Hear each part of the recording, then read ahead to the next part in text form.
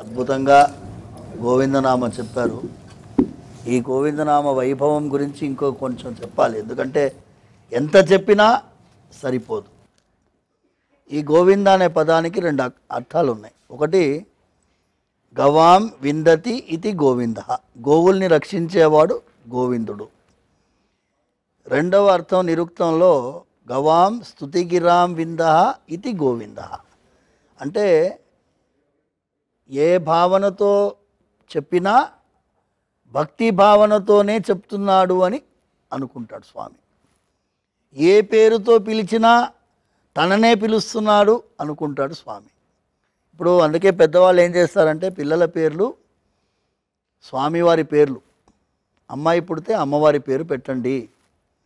ఇది భాగవతంలో ఒక కథ ఉంది, అజామిలుడి కథ మీ అందరికీ తెలుసు. ఆ పిల్లవాడి పేరు నారాయణ అని పెట్టాడు. ఆఖరిలో వాడు పరమ పాపాత్ముడు, దుర్మార్గుడు వాడు, కానీ వాడి కొడుకు పేరు నారాయణ అని పిలిచాడు.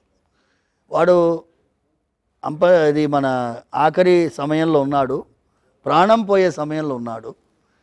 పిల్లవాడిని ఇంకోసారి చూడాలని కోరిక కలిగింది. ఒరే నారాయణ అని పిలిచాడు. వీడు పిలిచింది ఎవరిని? వాళ్ళ పిల్లవాడిని. వాడు రాలేదు, కానీ వీడు నారాయణ అని పిలవగానే యమదూతలు రెడీగా ఉన్నారు ప్రాణాపహరణ చేయడానికి. నారాయణ అని పిలవగానే వైకుంఠం నుంచి దూతలు వచ్చేసారు. వాళ్ళకి వీళ్ళకి నడుమ వాగ్వివాదం జరుగుతుంది. వీడు పరమ పాపాత్ముడు, వీడికి నరకంలో అన్నీ రెడీగా పెట్టుకున్నాం, నూనెలో వేయించాలి, అన్ని కార్యక్రమాలు రెడీగా ఉన్నాయి. మీరేంటండి వచ్చారంటే మా స్వామివారి పేరు పలికాడు కాబట్టి అన్ని పాపాలు పోయినాయి వాడివి, మేము తీసుకెళ్తామన్నారు. అంత పవర్ఫుల్ అద్భుతమైనటువంటి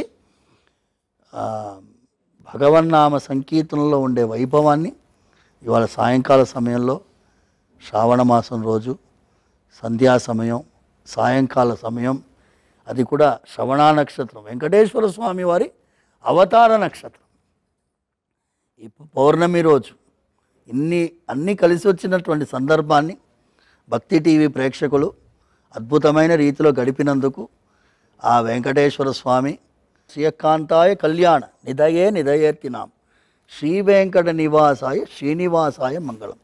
ఆయనకి మంగళం కాదు, ఆయన ద్వారా మనందరికీ మంగళం కలుగుతుంది. అర్థమైందండి? ఇది స్వామి అద్భుతంగా తరువాత కార్యక్రమం.